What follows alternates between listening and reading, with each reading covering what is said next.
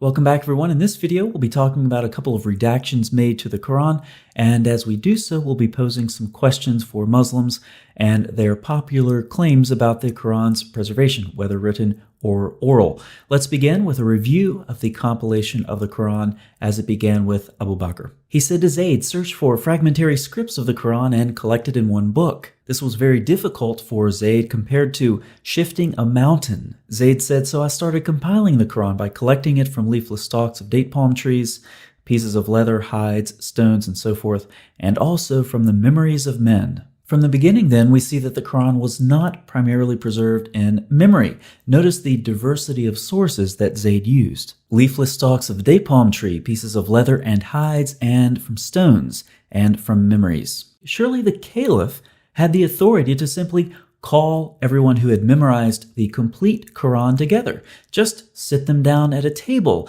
and as they recite, have Zayd record their words. But this isn't what happened. The Quran was in fragmentary form, explaining in part the difficulty of Zayd's task. Nevertheless, he finished his work, and the manuscripts of the Quran remained with Abu Bakr, and then Umar, and then Hafsa. Now let's fast forward to Uthman. Problems arose because of differences in the recitation of the Quran, so Uthman sent a message to Hafsa asking for the manuscripts that he would compile in perfect copies and then return them.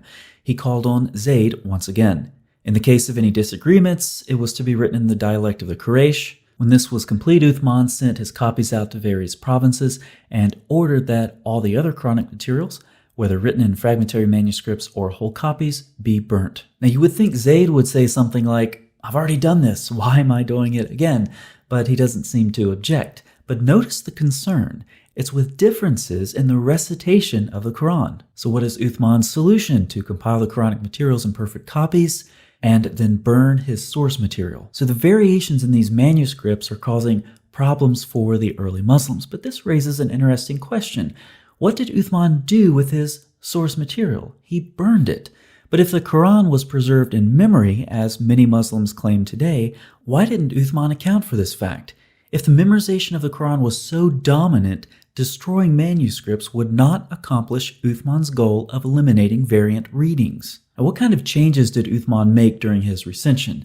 Well, of course, it's difficult to tell when you burn your source material, but we do have some reports about some problems with Uthman's recension. Numerous tafsir and other sources describe the 200 verses that were once in Surah 33. But when Uthman wrote out the codices, he was unable to procure more of it than there is today. And interestingly, according to Ubay ibn Ka'b, during the lifetime of Muhammad, Surah 33 had 286 verses. Notice these were recited in the lifetime of Muhammad and then lost after. So Uthman apparently lost several dozen verses out of just one surah, but he also made some unspecified changes. Abu Muhammad said whilst copying the mushafs, he burnt what he burnt from them from what he had changed intentionally or by mistake. Aisha's copy contained a variant reading of Surah 33:56, but this was before Uthman altered the scripture. There are dozens and dozens and dozens of these reports, so let's just leave them for now and move further down our timeline. Did Uthman eliminate all of the variant readings? No, he did not. In the early 8th century, Al-Hajjaj, who is the governor of the Caliph Abdul Malik, is talking about a reading attributed to Abdullah ibn Masud, and he doesn't like it. He doesn't like it at all. I mean, he really doesn't like it. Al-Hajjaj swore that he would erase Ibn Masud's reading from the Mus'haf, even if it would be with a rib of a swine. On these early manuscripts, if you want to erase the ink off the parchment, you have to scrape it off with a stone or something of that sort. In this case, Al-Hajjaj says he would scrape Abdullah ibn Masud's reading off the manuscript with the bone of a pig. This is the guy revising your Quran, Muslims. And of course, it doesn't stop there. He also said he would kill anyone who is using Abdullah ibn Masud's reading. But this is ironic because Muhammad apparently said, learn the recitation of the Quran from these 4 persons, and Abdullah ibn Masud is one of them. So at the time of Al-Hajjaj, apparently this narration didn't exist, or he didn't know about it, or he didn't care because he demonstrably violated what Muhammad says in this hadith. Now, what kind of changes did Al-Hajjaj make? Once again, it's difficult to tell, but we can try to paint a rough picture. The sources report that the Caliph, Abdul Malik, instructed his advisor Al-Hajjaj to revise the text of the Quran by changing the consonantal skeleton of certain words. He also introduced vowels and diacritical marks for the first time. Sounding much like Uthman, the sources also report that any codex whose consonantal skeleton was not identical to that of the Umayyad Codex was recalled and destroyed. This would explain why little or no manuscript evidence has survived that would make it possible to verify the nature of any change or changes introduced at that time. Also, we have Al-Kindi and Abraham of Tiberias. They say that Hajjaj gathered together every last copy and caused to be omitted from the text many things. Kindi avers to his Muslim addressee that all that I have said is drawn from your own sources, and this would appear to be so, for we find notices in Arabic sources that Hajjaj ibn Yusuf wrote exemplars of the Quran and sent them to the chief cities, that he changed the wording or eliminated variant readings, or introduced diacritical marks into the text. So just like Uthman, al-Hajjaj destroyed the competing copies and then put his manuscripts into circulation. But his destruction was more widespread than Uthman's.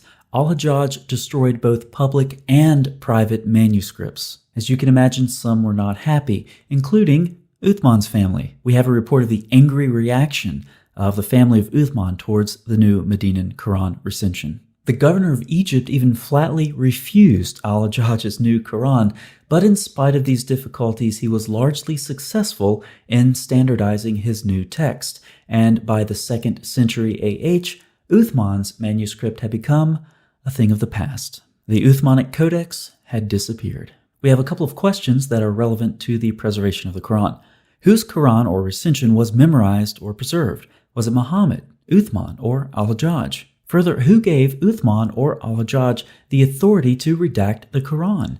These are important questions that Muslims who want to claim the Quran has been preserved need to answer. Let's put this another way. On your screen, you have a timeline with dates for the various Qurans and or recensions. Now, our timeline begins with Muhammad's death at 632, but there's very good reason for thinking that Muhammad was alive several years later. We have about 11 sources from the 7th and 8th century that indicate this. But we'll start with 632, so let's just go with that. Now let's ask some questions. Which Quran has been preserved along this timeline? If it's the one from Muhammad in 632, then why was Zayd's collection needed? And why was it so difficult to collect the Quran?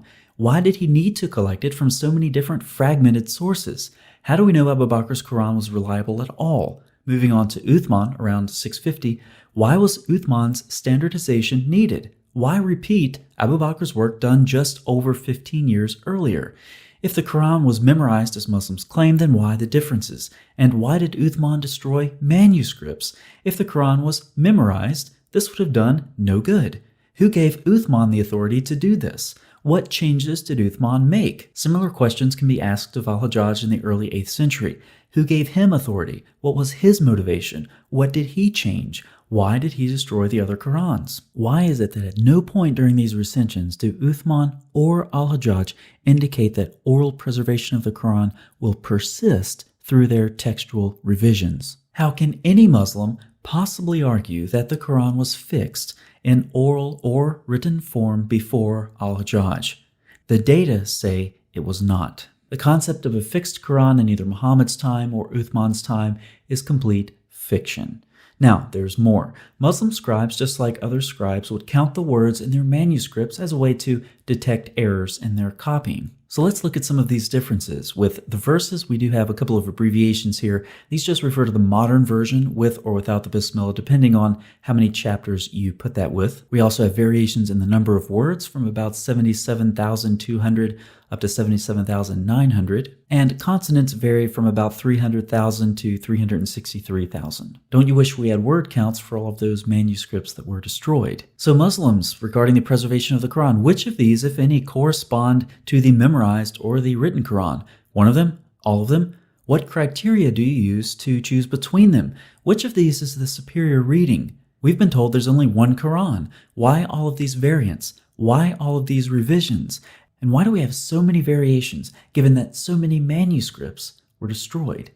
Based on the evidence presented in this video, I draw numerous conclusions. I'll share 3 of them with you. Any theory of miraculous or perfect preservation of the Quran is complete nonsense. 2, given the destruction of Uthman and al-Hajjaj, it is impossible to know the original Quranic readings. And 3, the Quran could not have reached a stable form before the early 8th century AD. Muslims, if you want to object to this video, begin your comment by saying, I watched the entire video. And if you don't do that, I'll know that you didn't watch the video, and in typical Muslim fashion, you're trying to comment anyway. So let's see how many Muslims don't do this, and how many Muslims we can amaze with our psychic knowledge that they're trying to comment without watching the video. For the rest of you, thank you so much for watching. I'll see you next time.